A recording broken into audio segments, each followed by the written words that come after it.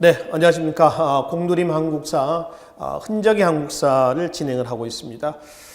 지난 시간 저희가 고려 경제사회사에 관련된 유적, 유물 내지 관련 자료를 통해서 확인했습니다. 이 시간에는 지난 시간에 말씀드린 대로 고려시대 문화사 내용들을 중심으로 해서 살펴보도록 하겠습니다. 자, 첫 번째로 고려시대 역사서에서 삼국사기가 나오면 항상 삼국유사 같이 딸려 나오죠. 물론 시기 차이는 있습니다.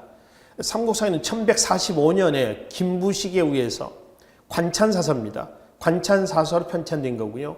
삼국유사는 한참 뒤입니다. 1281년 일연에 의해서 이런 개인이랍니다. 사찬. 그러니까 관찬사서는 국가적인 편찬 사업이고요. 사찬은 개인적인 편찬 사업. 이렇게 해석하시면 되겠죠. 그래서 우선 삼국사기를 먼저 좀 보기로 하겠습니다. 원래 공식 책 이름은 삼국사입니다. 삼국사. 이 삼국사는 어딘가요? 고구려 백제 신라입니다. 이 신라는 통일신라도 같이 들어가 있습니다. 그래서 통일신라 같이 들어가다 보니까 신라사 내용이 좀 많다라고 한 일반인이 이렇게 얘기를 많이 합니다. 더불어 왜냐하면 삼국사기가 편찬됐던 시대적 배경이 묘청의 서경천도운동을 진압을 하고 나서 그 다음에 편찬한 거죠. 신라 계승의식에 입각해서. 그러다 보니까 신라사 위주로 신라사 내용이 더 많은 것처럼 이렇게 오해를 할 수가 있습니다. 근데 그렇지는 않습니다. 실제로 삼국사기는 고구려 백제 신라사 내용이 거의 비슷해요.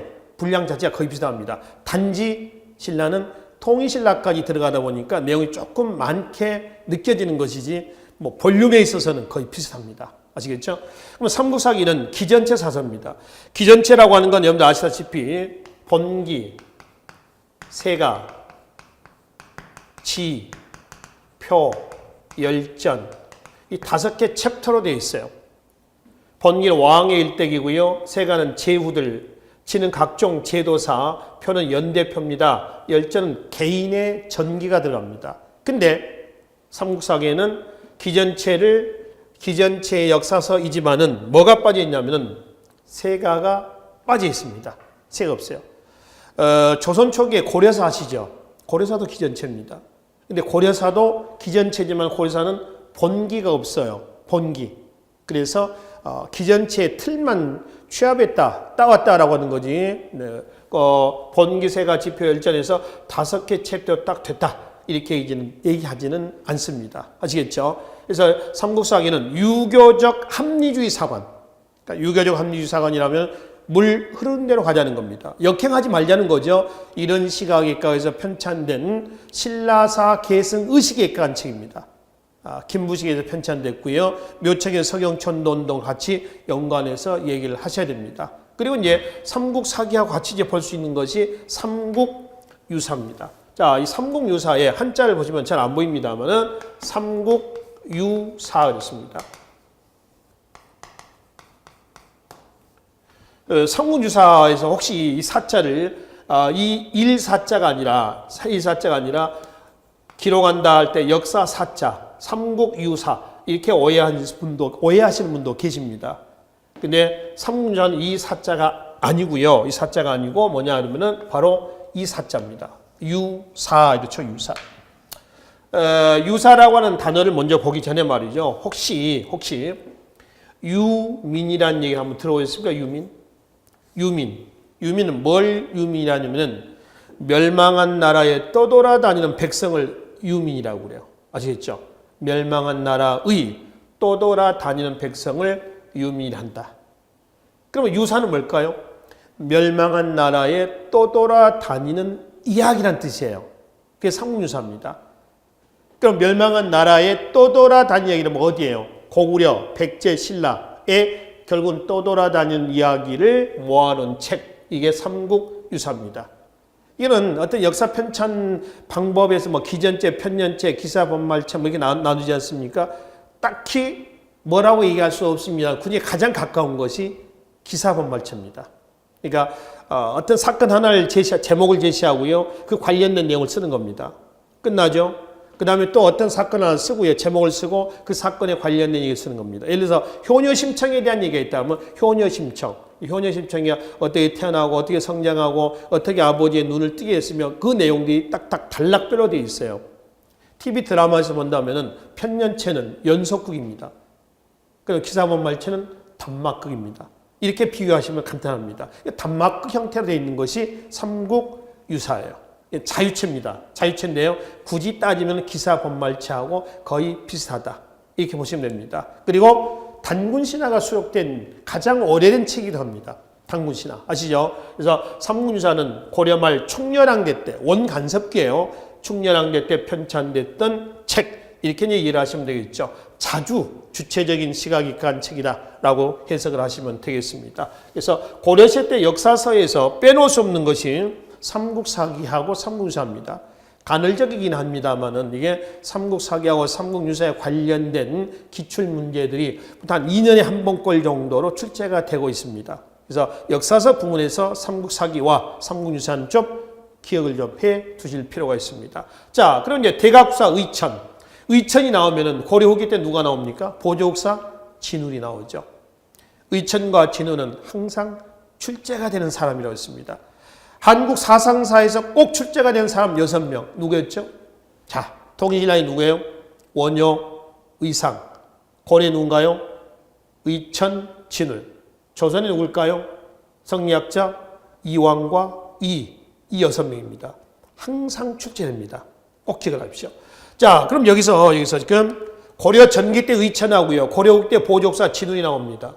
이 사람들은 이제 불교 사상에서 뭐와 관련이냐면은 천태종, 그 다음에 조계종, 해동 천태종이라 해도 관계가 없습니다. 근데 이제 해동 우리나라를 지칭하는 거죠. 천태종은 교종인가요? 선종인가요? 천태종은 교종이죠. 교종을 중심으로 선종의 교리를 통합하는 거고요. 조계종은 선종입니다. 선종을 중심으로 해서 교종의 교리를 통합한 거죠. 그러니까 천태종은 교종입니까? 선종입니까는 뭐다? 교종이다. 선종은 뭐죠? 선종은? 아니요. 조계종은 뭐죠? 선종입니다. 이거는 선종을 중심으로 교종을 통합한 겁니다. 뭐를 통합했냐? 이거거든요.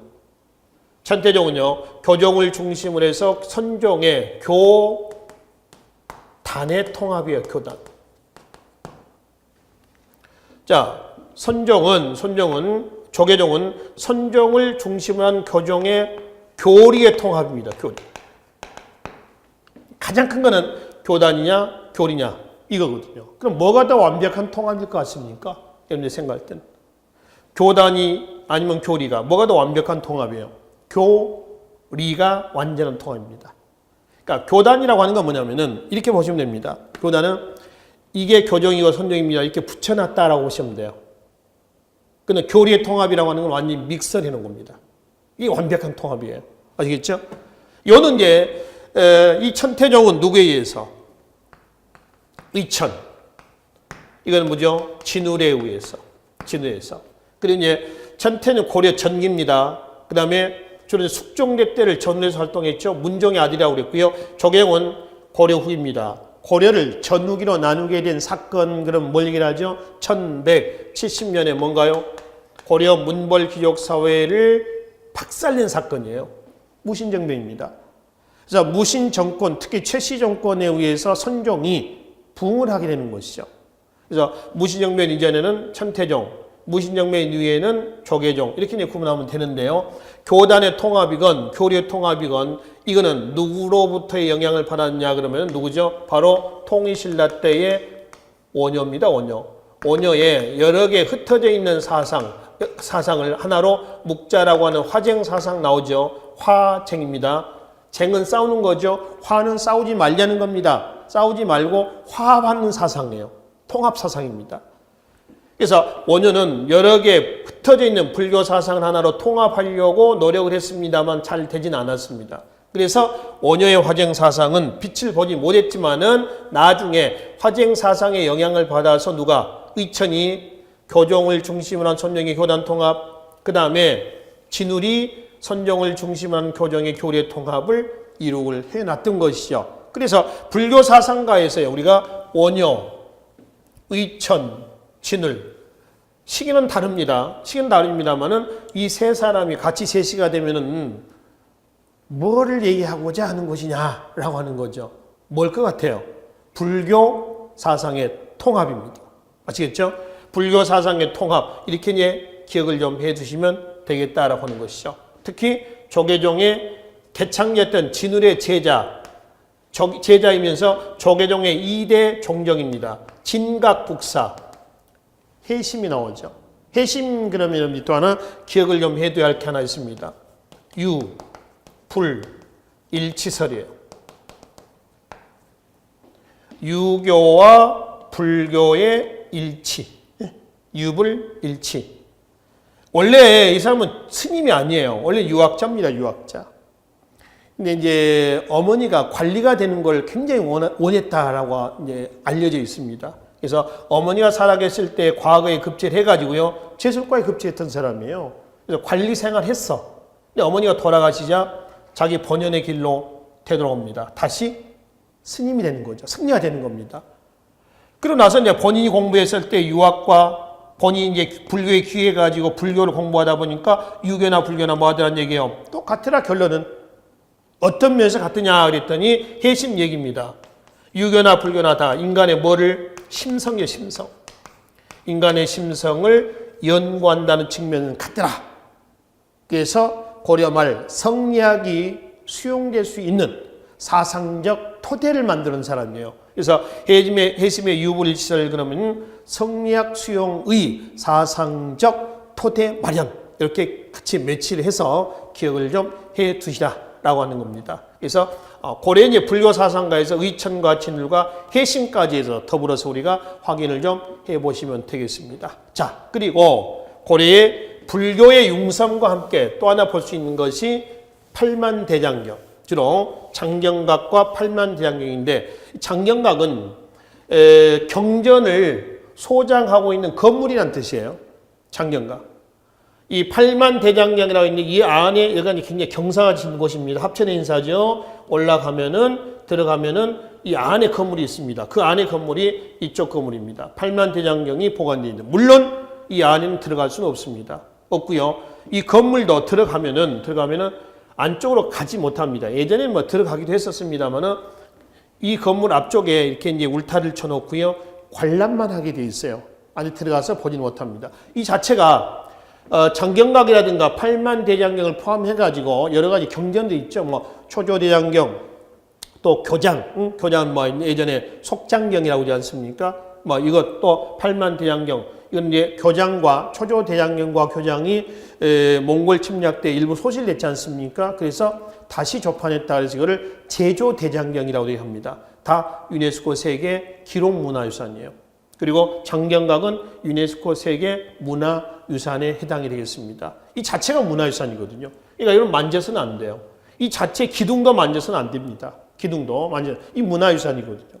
뭐 나 하나쯤이야 이렇게 합니다만 사실은 나 하나가 모두가 나 하나가 된다라고 하면 예를 들어 100만 명이 한번 왔다 갔다라고 합시다. 100만 번 만지는 겁니다. 그러면 아무래도 훼손이 되겠죠. 그래서 지금은 이제 아예 터치를 못하도록 규제를 하고 있습니다. 그래서 팔만대장경을 포함해가지고 초조, 또 제조대장경, 또 속장경에서 이 대장경은 전부 다 호국불교와 관련되어 있습니다.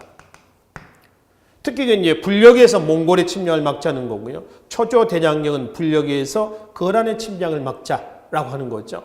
근데 말씀드렸다시피 초조대장경과 교장, 속장경이라고 하는 교장은 대구 부인사에 소장을 했었는데 몽골 침략 때 소실되고 일부만 남아있단 말이에요. 현재. 그리고 소실된 이후에 최후가 강화천도 이후에 강화도에서 접판하고요. 일부는 남해, 경상도 남해의 분사 대장동암이라는 관청에서 간행을 했습니다. 그리고 15세기 때 조선시대입니다. 15세기 때 합천해인사로 옮겨온 팔만대장경이에요. 이게 유네스코 세계문화유산에 등재가 됐던 부분이 되겠습니다. 하여튼 대장경은 불력에 의해서 외적의 침략을 막자, 뭐 이런 취지입니다. 호국불교의 의미로 해석을 하시면 되겠습니다. 이 사진은 뭐냐면은 개성입니다. 고려 수도입니다. 개경에 있는 첨성대입니다. 통일신라 때 첨성대도 있지만 고려에 첨성대도 있어요. 신라 때 첨성대 그러면 경주에 있는 첨성대 일 하시죠. 기억나시죠? 그래서 선덕여왕대 때 선덕여왕의 치마폭 모양 이런 형태로도 해석한다고 그랬죠. 선덕여왕 27대 왕입니다. 그래서 1, 2, 3, 4, 27층으로 되어 있던 경주에 있는 첨성대고 이거는 개경에 있는 고려시대 때 첨성대로 추측을 하고 있습니다. 이 돌 기둥만 좀 남아있는데 여기에 원래는 이러한 전각 건물이 이렇게 있었던 걸로 봅니다. 이런 건물이 이렇게 있었던 걸로 본다라고 하는 거죠. 그래서 개성의 첨성대.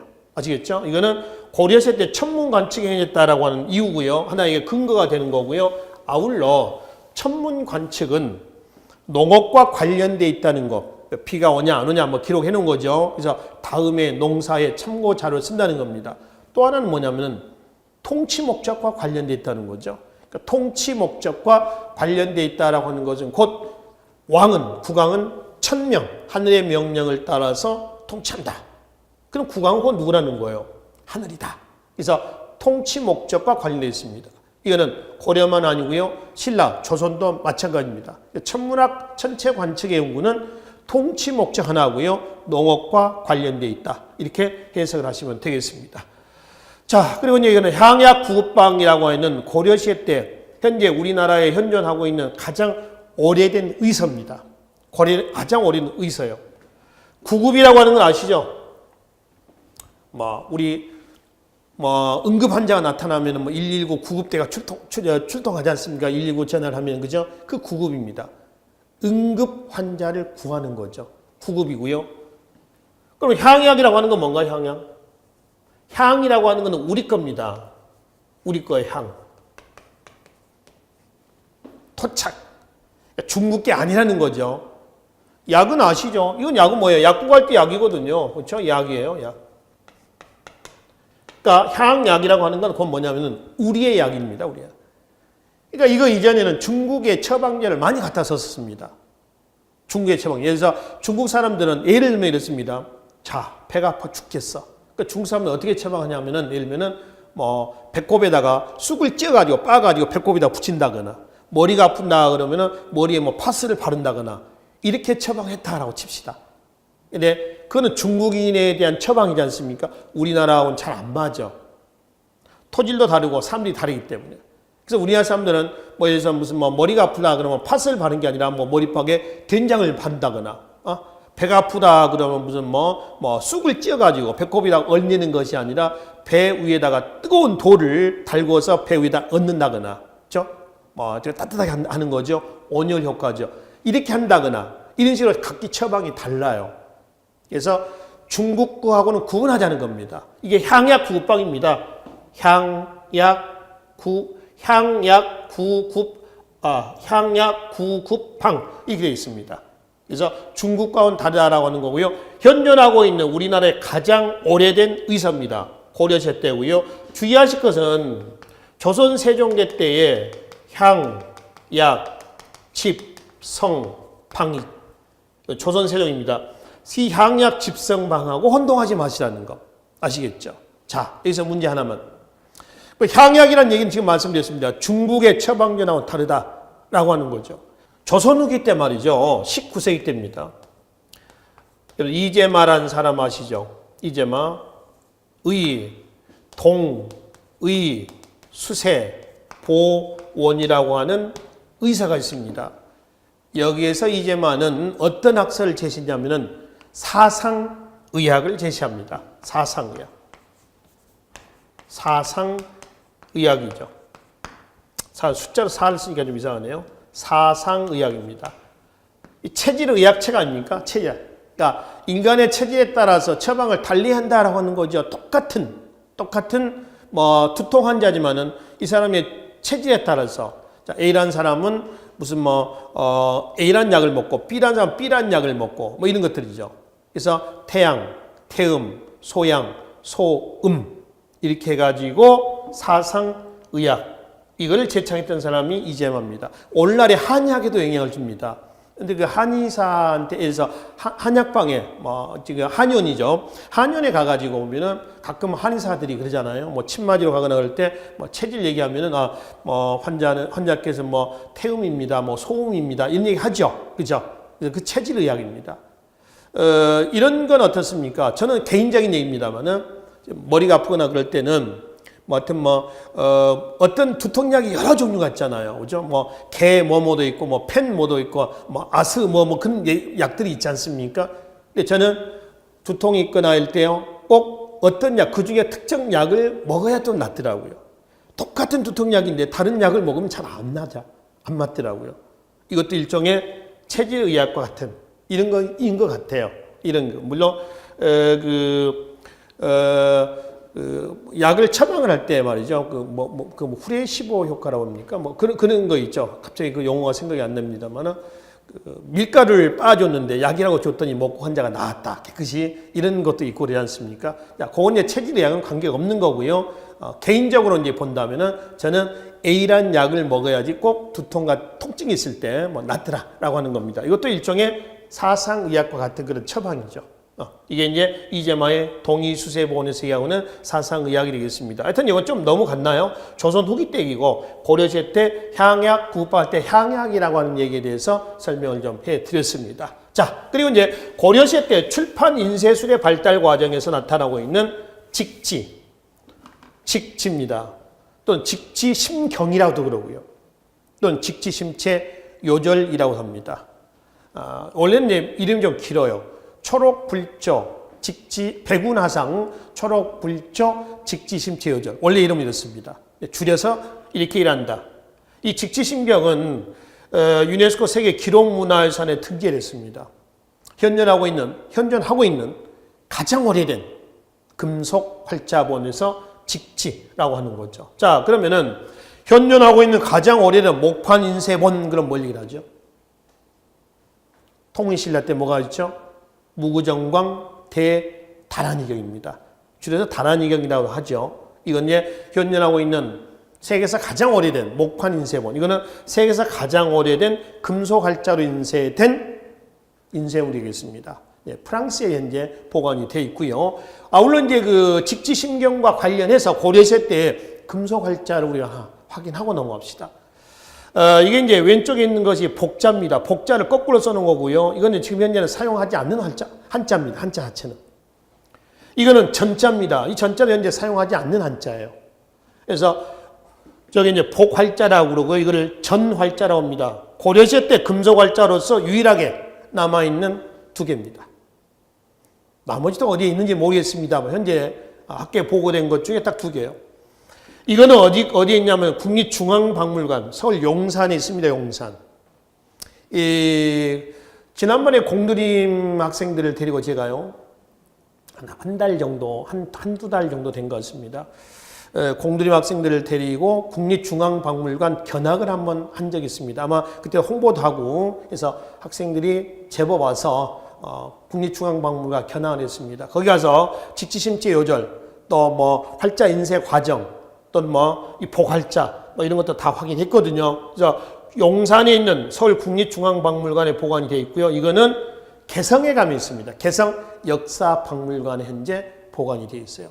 그래서 활자 이름을 따서 활자 한자를 따서 복활자, 전활자 이렇게 합니다만 아쉽게도 고려시대 때 금속활자는 이거 외에 학계에 보고된 것은 없다라고 하는 겁니다. 좀 아쉽지만은 그러나 이제 금속활자로 인쇄가 됐던 세계에서 가장 오래됐다라고 하는 활자본 책이 하나 있습니다. 그게 방금 말씀드렸던 직지다라고 이제 보시면 되겠습니다. 자, 그 다음에 이제 고려시대 배예요, 배. 이 배는 주로 조운선입니다, 조운선. 조운은 뭐냐면은 조운은 조세를 운반한다는 뜻이에요. 그럼 조운선 그럼 뭘까요? 조세를 운반하는 배. 이렇게 얘기하시면 되겠죠. 이때 육로교통이 별로 안 좋습니다. 육로교통이라고 한다면 도로가 이제 개설이 돼야 될 거 아닙니까? 고려시대나 조선시대 때 도로라고 하는 것은 어떤 그 교통시설로서 말이 두 마리가 비껴갈 정도의 도로예요. 그러니까 제가 이제 이거에 한 개 반 정도만 될 겁니다. 그러니까 말 두 마리가 교차해 간다라고 보시면 됩니다. 한 2m 정도나 될까요? 그러니까 도로가 오늘날 무슨 경부고속도로 그러면 6차선 8차선 이렇게 어떤 도로는 10차선도 있고 그러잖아요. 그죠? 그러듯이 있는데 지금은 이제 지금 자동차 도로에 한 차선 있잖아요. 한 차선 정도. 한 차선도 조금 작겠네요. 그죠? 말 두 마리가 비켜갈 정도의 도로입니다. 근데 그런 도로도 상당히 만들기 어렵거든요. 지금이야 터널도 뚫고 산도 뭐 깎아내리고 하지만 그 당시에는 뭐 터널 뚫고 하는 그런 기술 자체였기 때문에 다 돌아서 길을 만들어야 되지 않습니까? 그래서 주로 이제 세금 운반은 지방에서 거둔 세금은 중앙으로 운반하는데 주로 수로를 통해서 배를 통해서 많이 옮겼습니다. 그래서 이제 배가 많이 만들어있는데 그중에 평저선하고요. 이 평저선하고 초마선이라고 하는 게 있습니다. 평저선과 초마선이에요. 평저선이라고 하는 것은 이거예요. 좀 밑이 편편한 겁니다. 그러니까 배 밑을 보면 밑이 이런 거예요. 초마선 뭐냐면 배 밑이 깊습니다. 이렇게 되어 있어요. 전면에서 봤을 때는 어떤 게 더 많이 세금을 어떤 그 물건을 많이 실겠어요. 당연히 초마선이 물건을 더 많이 실겠죠. 그렇죠? 그러니까 초마선은 좀 수심이 깊은 데입니다. 여기다 이제 곡식이라든가 여기다 이제 물건 싣는 거죠. 평저선은 좀 얕은 깊지 않는 곳입니다. 강, 수로고요. 여기 이 배는 초마선은 주로 해로 있죠. 수심이 깊은데 이만큼. 기록에 의하면 평저선은 쌀 한 200가마 정도, 초마선은 약 1000가마까지 실을 수가 있었답니다. 그래서 초마선과 평저선인데 이거는 전부 다 좋은 선이다. 지방에서 거둬들인 세금을 중앙으로 운반하는 과정에서 이용됐던 운송수단입니다. 운송수단이죠. 뭐 고려시대 때 우리 얘기를 하고 있지 않습니까? 고려 지방행정조직은 5도 양계입니다. 그죠?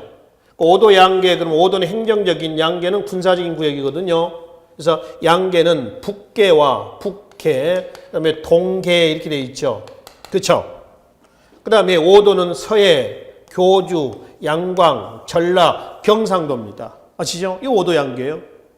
그러면 양계에서 거둬들인 세금은 중앙으로 운반하지는 않습니다. 이거는 군사구역으로서 자치경비로서요. 그러니까 세금을 거둬들이지 않았다는 얘기가 아닙니다. 세금을 거둬들이는데 중앙으로 운반하지 않고 뭘로 쓴다?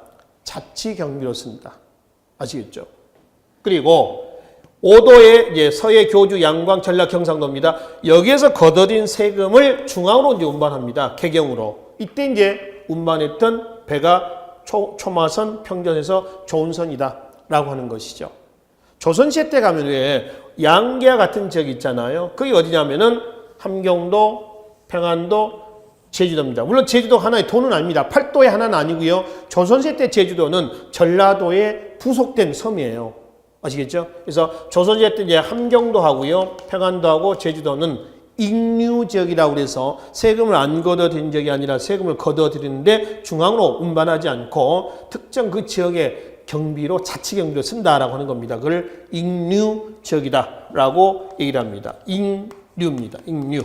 이게 조선시대 때 익류 지역이 고려 때 어디다? 양계다. 이렇게 해석을 하시면 될 것 같습니다. 자, 이거는 사진은 평저선에 대한 얘기입니다. 이런 배다라고 이제 이해를 하시면 되겠죠. 자, 그럼 이제 건축으로, 고려 건축으로 좀 넘어가도록 하겠습니다. 현재 고려시대 때 이제 그 목조 건축으로서 남아있는 것은 거의 없습니다. 거의 없고요. 그 중에 고려 후기 때 걸로서 현존하고 있는 가장 오래된 안동 봉정사 극락전입니다. 극락전, 여기 있습니다. 극락전. 이 건물만 지금 얘기를 하고 있습니다. 이게 현재 현존하고 있는 우리나라에서 고려시대뿐만 아니라 통틀어서 우리 한국사에서 가장 오래된 또 뭐 고려시대 때 가장 오래된 목조 건축물 해도 관계가 없습니다. 그렇죠? 그래서 이거는 이제 기둥 양식, 이 기둥 양식이 어떻게 되면은 이건 뭐 잘 안 보입니다만은 이렇게 일자로 되어 있는 기둥이 뭐냐면은 바로 민흘림 기둥입니다. 민흘림이고요. 민흘림 기둥. 그 다음에 기둥이 약간 튀어나온 부분이 있습니다. 튀어나온 부분. 이거는 배흘림 기둥입니다. 이걸 영어로 엔타시스라고 하죠. 엔타시스. 그죠? 이거는 뭐냐 하면 이거는 배흘림 기둥입니다.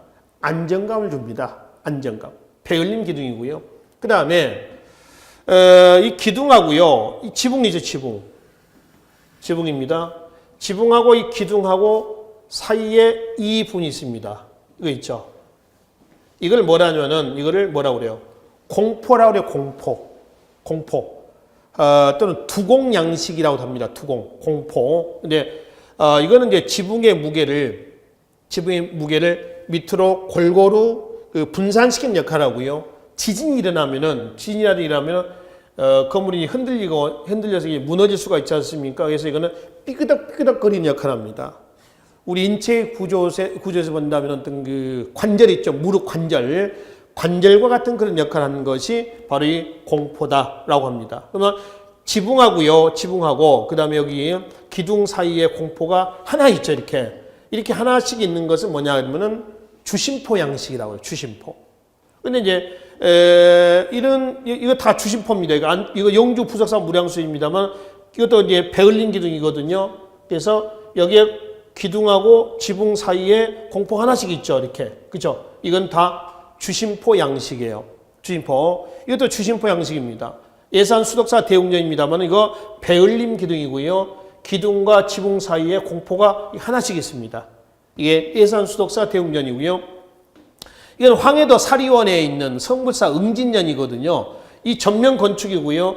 자세히 보면 이거는 다포 양식입니다. 다포라고 하는 건 뭐냐면은 이 기둥이죠. 이 기둥입니다. 기둥과 기둥 사이에 또 요 기둥과 기둥 사이에 공포가 하나만 있는 게 아니라 하나씩 또는 두 개씩 사이에 있는 겁니다. 이걸 다포라고 그래요. 그래서 주심포하고요. 주심포하고 다포는 공포가 많으면 다포, 공포가 하나면 주심포입니다. 특히 다포 양식은 원나라 영향을 받습니다. 고려 후기 때 목조 건축물에서 주로 나온다라고 이제 보시면 되고요. 그렇죠? 자신이 안동 봉정사 극락전 넘어오겠습니다. 그리고 이제 이 안동 봉정사 극락전의 지붕 양식 한번 봅시다. 이 지붕 양식 이거를 보면은 지붕은 이런 형태입니다. 이렇게 돼 있죠. 이런 형태거든요. 이거를 알파벳 V자를 엎어놓은 모양이에요. 이거를 맞배 지붕이라 맞배 지붕. 이거를 맞배 지붕이다. 라고 일합니다. 맞배 지붕이라 하고요. 그 다음에 영주 부석사 무량소에 있습니다. 이건 어떻게 되냐면 지붕이 이렇게 돼 있죠. 그러니까 어떻게 하면 이런 형태입니다. 지금 그림을 잘 못 그리니까요. 이런 형태죠. 그렇죠? 이런 형태였습니다. 그러니까 한자에서 8팔자 모양입니다. 8팔자. 조금 그림이 어색하네요. 그죠? 이런 형태라고 보시면 됩니다. 이런 형태. 전면에서 보면. 그죠? 그래서 이런 형태로 되어 있어요. 이거를 팔짝지붕이에요. 8팔자에서 팔짝지붕이라고 그래요. 팔짝지붕. 그래서 이제 팔짝지붕에 여기가 이게 용마루고요. 용마루입니다. 용마루. 이걸 내림마루라고 그러고요. 요 부분 있죠. 요 부분. 이게 내림마루입니다. 요 부분입니다. 이 부분은 뭐냐면 그러니까 이게 용마루, 이게 내림마루, 이거는 추녀마루라고 그래요. 추녀는 지붕 여기를 끝을 추녀라고 그러잖아요. 그렇죠? 그 추녀마루, 이 추녀마루에 여기에 뭐가 있냐면은 잡상이 있습니다. 잡상. 잡상 이제 뭐죠?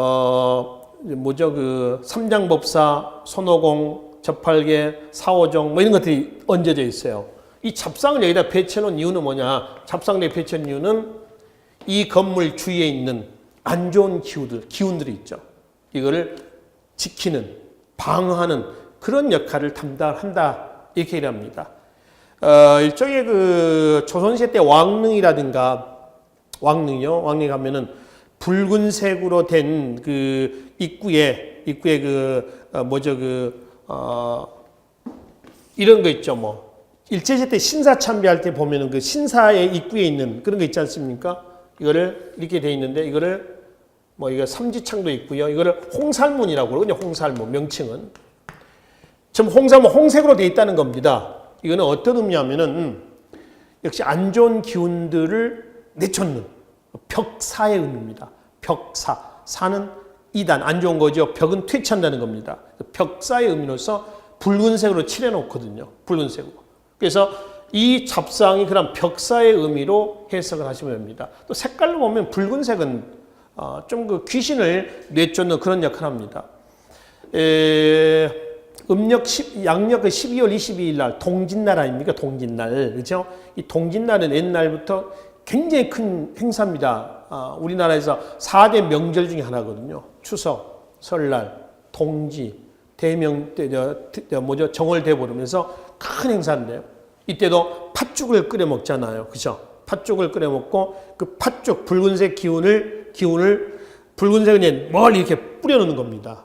그래서 안 좋은 기운을 퇴치하는 그런 의미가 있어요. 근데 색깔에서 붉은색은 어떤 퇴마의 그런 의미도 있다라고 이제 보시면 되겠습니다. 그리고 영주 부석사의 무량수죠. 무량수전이었습니다. 이 글자는 누가 쓴 글자냐 그러면은 바로 공민왕입니다. 고려 말에 공민왕이 개혁 정치를 추진하는 과정에서 홍건적과 외구의 침략을 많이 받죠. 특히 북쪽에서 홍건적의 침략을 2번 받습니다. 그래서 홍건적의 침략을 피해서 궁궐이 불타고요. 안동, 영주, 안동 쪽으로 피난을 갑니다. 부인, 노국공주랑 같이. 안동 쪽에 가면 공민왕의 흔적들이 많이 남아 있어요. 그렇죠? 뭐 안동, 노다리 밝기라든가 이런 안동 지방의 무형 문화재도 있습니다. 그 노다리 밝기라고 하는 것은 공민왕과 이 노국공주가 안동에 피난을 갔을 때 개천을 지나게 됐답니다. 근데 그 개천에 다리가 없었대요. 그래서 안동 지방의 여인네들이 다 나와서요. 개천에 다 들어갑니다. 일렬로 쭉 서가지고 허리를 이렇게 굽히는 거예요. 그래서 그 굽힌 허리가 다리가 되는 거죠. 그 다리 등을 짚고 밟고 개천을 건넜다. 그래서 이게 이제 그걸 기념해 가지고 현재까지 이어져 있는 것이 안동 노다리 밟기라고 하는 무형 문화재예요. 공민왕 관련해 있습니다. 홍건적을 몰아내고요. 다시 공민왕이 개경으로 갑니다. 개경으로 가는 도중에 영주 부석사에 들려서 써졌다는 현판이 바로 뭐죠? 무량수전. 공민왕 글씨예요. 공민왕. 이게 남아 있습니다. 이런 것들이죠. 그래서 영주 부석사에 있는 무량수전. 여기에 부석사 입구 이쪽 밑에는 영주에 가면 어떤 과일이 많이 나죠? 사과죠, 사과. 무량수전, 이 부석사 들어간 입구가 양쪽에 지금도 있나 모르겠습니다. 좀 오래전에 한 몇 년 전에 갔다 온 게 있는데요. 요즘 뭐 개발되고 그러다 보니까 사과밭이 굉장히 많더라고요. 사과밭이. 주위에 우리가 이제 뭐 육지에서는 감나무가 많잖아요. 집집마다. 한두 개 심어 놓고 감 따먹하듯이 여기는 사과가 그렇게 많더라고요. 제주도에 가면은 뭐 가로수가 거의 귤나무잖아요. 그렇죠? 그러니까 육지에 있는 사람들이 가면 야 저거 왜 안 따먹지 그러는데 그럼 그 사람들이 그런답니다. 야 니네 그러면 집집마다 있는 감나무에 감 왜 안 따먹니? 감 잘 안 따먹잖아요. 그냥 놔두잖아요. 가끔 하나씩 따먹듯이 뭐 그렇다라고 하는 것이죠. 그래서 이 영주 부석사 무량수전은 그다음 어떤 공민왕과 관련된 일화가 많이 남아 있는 곳이 되겠습니다. 그리고 이거는 예산 수덕사 대웅전인데요. 이거는 역시 배을림 기둥입니다. 그 주심포 양식이고요. 그죠? 이런 지붕 양식을 뭐라고 했어요?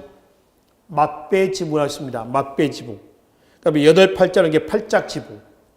또 뭐 남산 팔각정이라는 데 가면은 그 모임 지붕이라고 그래요. 모임. 이런 모양이 되는 거죠. 그래서 이런 형태의 팔각으로 돼 가지고요. 꼭대기가 지붕이 이렇게 모여 있는 겁니다. 상투 틀듯이. 이걸 모임 지붕, 팔각 지붕, 맞배 지붕 뭐 이런 식으로 해서 지붕 형태에 따라서 이렇게 이제 얘기를 한다라고 하는 겁니다. 그리고 이게 지붕, 자, 이걸 한번 봅시다. 부석사 무량수 한번 보죠. 이게 이제 약간 그 용마루, 내림마루, 추녀마루라고 했습니다. 추녀, 지붕 끝하고요. 이 기둥하고 여기죠. 이건 아닙니다. 여기하고 이 각도입니다. 이 각도가 30도입니다. 이거는 1조 각도를 조절합니다. 이게 너무 많이 나와버리면 햇빛이 안 들어가겠죠. 또 예를 들어서 이게 추녀 끝이 이 정도 된다 그러면 여기하고 햇빛 바로 직사광선 받겠죠. 비가 또 들이칠 수가 있겠죠. 그 각도를 조절하는 것이 바로 30도입니다. 그래서 추녀마루 지붕 끝과 그다음에 주춧돌 사이에 기둥과 이 각도가 몇 도? 30도로 돼 있다. 이게 고려의 목조 건축물의 특징에 해당이 된다라고 하는 것이죠. 이거는 예산 수석사 대웅전이고요. 이건 다포 양식의 대표적인 고려시대 건축물입니다. 황해도 사리원 성불사 응진전. 이 응진전인데요. 다른 말로 나한전이라고 그래요. 나한전. 산사에 있는 사찰에 가보시면은 나한전이라고 하는 전각을 볼 수가 있습니다. 같은 겁니다. 여기는 뭐가 있냐? 어떤 사람들이 모셔져 있냐? 이 안에는 108나한들. 그러니까 부처님의 요즘 같으면 대통령 경호부대예요. 부처님들을 호위하는 호위무사들을 여기다 이제 그 배양했고 배양해 놓고 참배하는 곳이 응진전, 나한전이다라고 이제 보시면 되겠습니다. 자, 그리고 아까 말씀드렸던 이거 공포 양식입니다. 이 공포 양식이라고 하는 것은 뭐냐 그러면은 자, 기둥과 기둥 사이에 공포가 하나씩만 있는 게 아니라 그 사이에 하나 또 두 개가 있을 수도 있습니다. 이게 두 개가 또 하나가 있을 수가 있고요. 여러 개 있다 그래서 타포. 이거는 기둥과 지붕 사이에 공포가 하나씩 있죠. 왜 건물 보면은 목적으로 이렇게 얽히고 설키고 하는 거 있지 않습니까? 그죠? 이런 것을 얘기한다라고 보시면 되겠습니다. 이걸 한번 봅시다. 이런 형태입니다. 이런 뭐죠, 이거? 그죠? 목조 건축물은 못이라든가 쇠붙이가 안 들어갑니다. 다 짜맞히는 형태가 되지 않습니까? 이런 형태로 이해를 하시면 되겠고요. 그래서 이게 주심포, 이거는 다포. 그리고 이제 요 건물의 지붕 양식을 이런 걸 뭐라고 그래요? 팔짝 지붕. 팔짝 지붕이다. 라고 얘기를 합니다. 공포 양식입니다. 그래서 고려 후기 때 이제 현재 현존하고 있는 목조 건축물 중에 대표적인 몇 개 건축물을 가지고 특징들을 살펴봤습니다. 자, 이건 이제 고려의 석탑입니다. 통일신라 때 석탑은 3층 사각탑. 통일신라 석탑입니다. 라고 한다면은 고려 석탑은 뭐라고 하죠? 다층 뭐라고 그래요? 다각탑. 한마디로 얘기하면 이렇습니다. 통일신라는 3층 사각탑. 대표인 것이 뭐가 있어요? 석가탑이죠. 고려의 다층 다각탑은 이겁니다. 경천사지 10층 석탑, 월정사 8각 9층탑. 이런데요. 이 경천사지 10층 석탑은 원나라 영향을 받습니다. 원나라. 이게 어디냐면 국립중앙박물관 아닙니다. 원래는 개성에 있었습니다. 근데 일제시대 때 일본으로 건너갔다가 밀반주된 거죠. 1915년, 17년, 10년대 때에 베델이라든가 헐버트라든가 외국인 선교사들입니다. 이 베델, 헐버트 이런 사람들은 저 뒤에 이제 현대사에서 나오죠. 이 외국인이지만은 한국인 못지않게 한국인보다 되레 오히려 더 우리나라를 더 사랑했던 이런 사람들이죠. 그래서 그 사람들의 노력에서 다시 우리나라 돌아왔습니다. 경복궁에 이제 방치해뒀다가 경복궁 옆에 다시 복원을 했고요. 이게 이제 1985년에 국립중앙박물관, 용산 국립중앙박물관이 미국 캠프가 이전하면서 그 공터에 이제 만들어 온 거 아니에요? 이쪽으로 옮겨왔습니다. 국립중앙박물관 중간에 이게 있습니다. 이게 진도 지진으로 본다면 7.0까지인가 아마 견딜 수 있도록 이렇게 설계해놨다고 그래요. 그 이제 전부 다 대리석입니다. 다층 다각탑이고요. 이거하고 똑같은 것이 조선 세조 때 만들어진 뭐예요? 원각사지 10층 석탑이에요.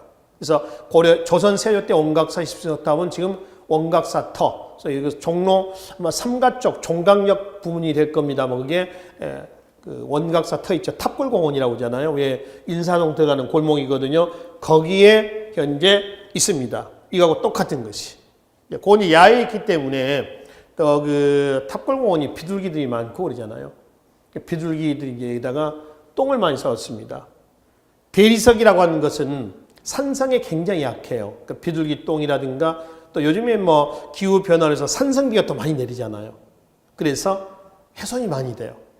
그래서 원각사지 10층 석탑은 조선 세조 때 만들어진 이걸 모방한 것은 현재는 여기에 유리막이 쳐져 있습니다. 현재는. 이거는 원각사 건 아닙니다. 경천사지, 개경에 있는 경천사지 10층 석탑이요. 이제 국립중앙박물관으로 옮겨져 있다라고 하는 겁니다. 자, 이거는 강원도 평창이죠. 월정사 안에 있는 8가 9층 석탑입니다. 역시 다층 다각탑이에요. 이건 송나라 영향을 받습니다.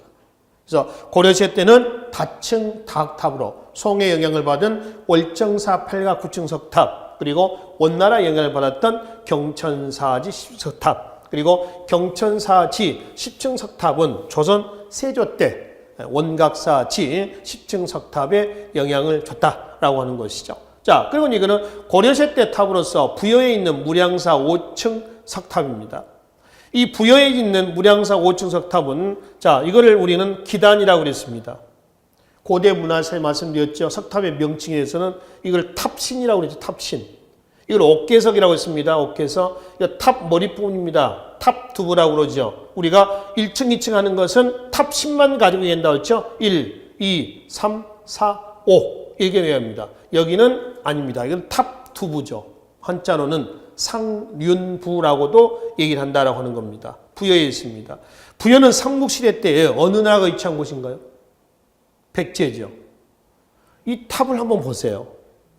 탑을 보시면은 백제 삼국시대 백제 시대 때 어떤 탑이 생각나십니까?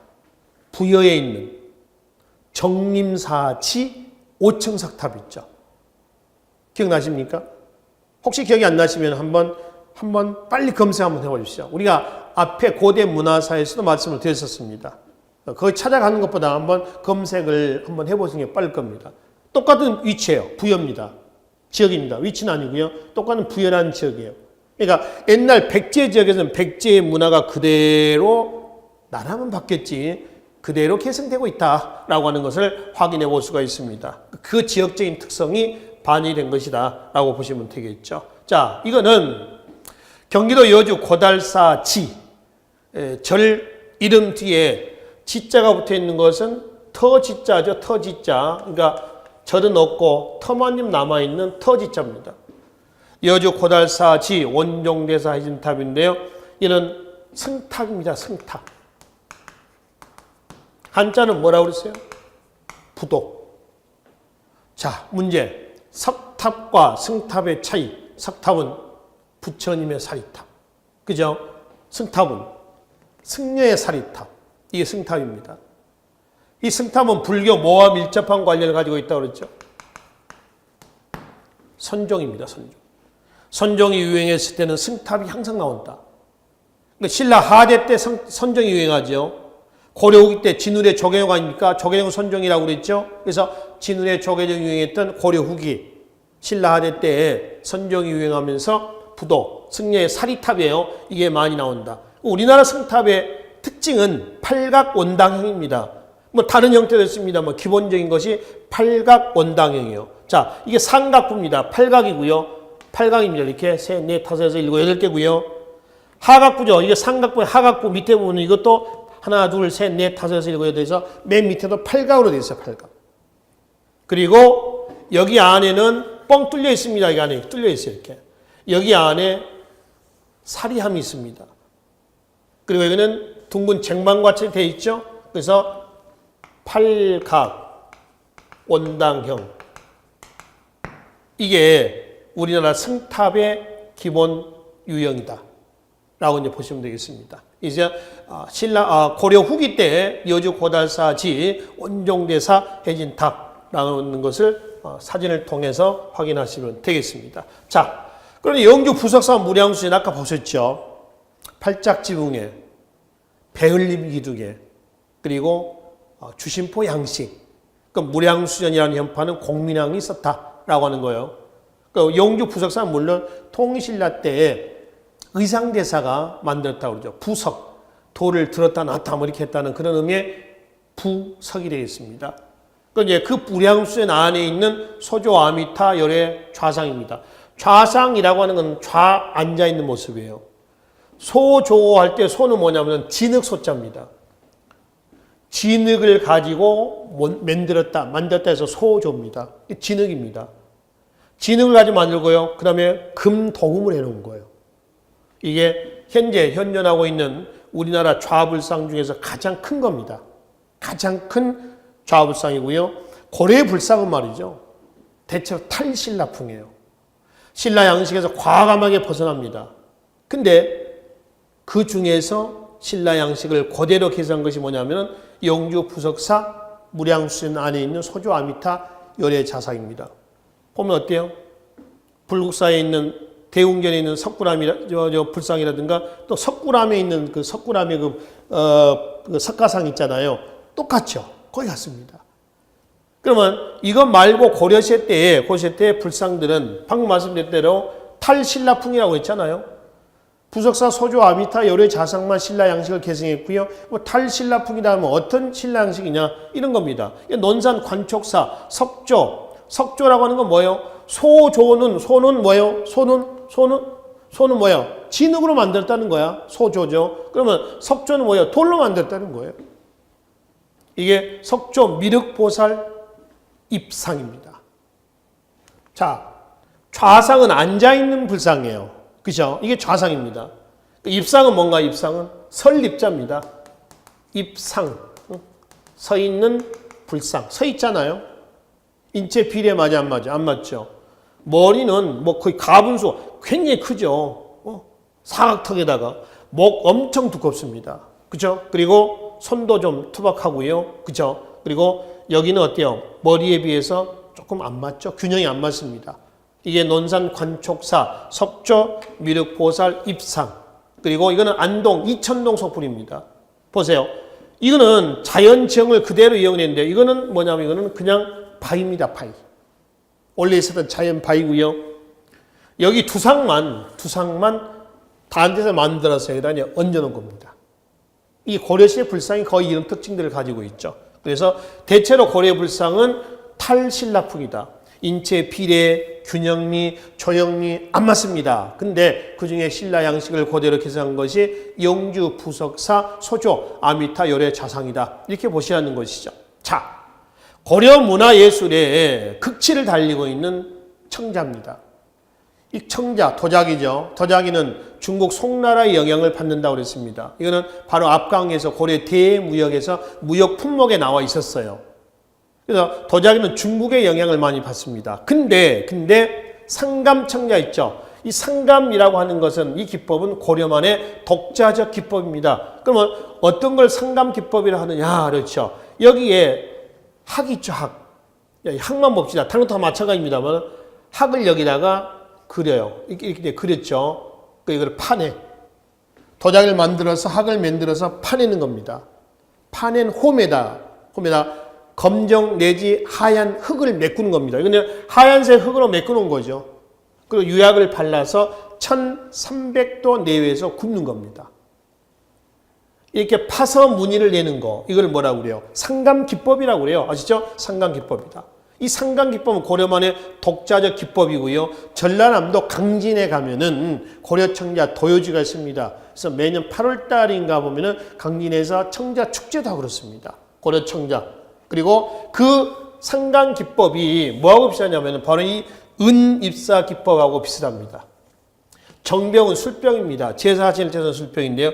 청동으로 되어 있어요. 청동인데요. 여기 이제 그림을 그리잖아요. 여기 이제 뭐 버드나무 같은 것도 이게 그려져 있습니다. 원래는 청동으로 된 그릇인데요. 여기다가 그림을 그려서 여기다가 그림을 그린 부분을 아까 상강 기법처럼 파내는 겁니다. 파내면 홈이 있겠죠. 그 홈에다가 은 있죠. 은. 금문할 때 은입니다.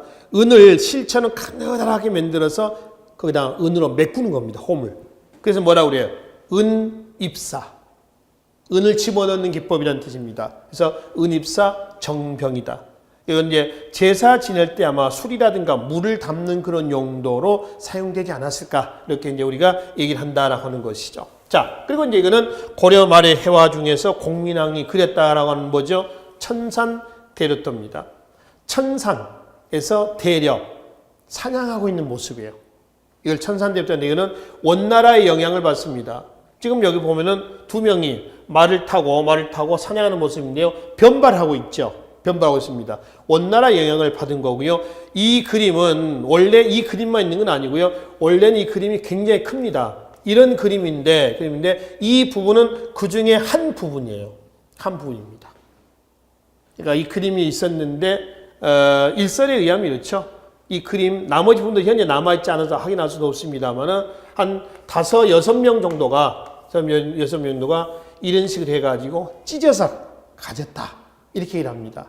지금 현재 남아있는 것이 이 부분인데 이게 요 부분이다. 원나라의 북종화의 영향을 받았었던 공민왕이 그랬다는 천산대엽도 어떤 원나라 영향을 받았다라고 이제 보시면 되겠습니다. 세밀합니다. 가는 붓으로 아주 정밀하게 그렸다라고 얘기를 하시면 되겠죠. 그래서 공민왕의 천산대엽도까지 해서 고려시대 때의 문화사에 관련된 다양한 자료들을 통해서 고려 문화의 흔적을 확인했습니다. 자, 그래서 고려시대 내용은 여기까지 마무리하고요. 다음 강의는 조선시대 정치 있죠. 정치사에 관련된 각종 지도 또는 유물 내용들을 중심으로 해서 살펴보도록 하겠습니다. 수고하셨습니다.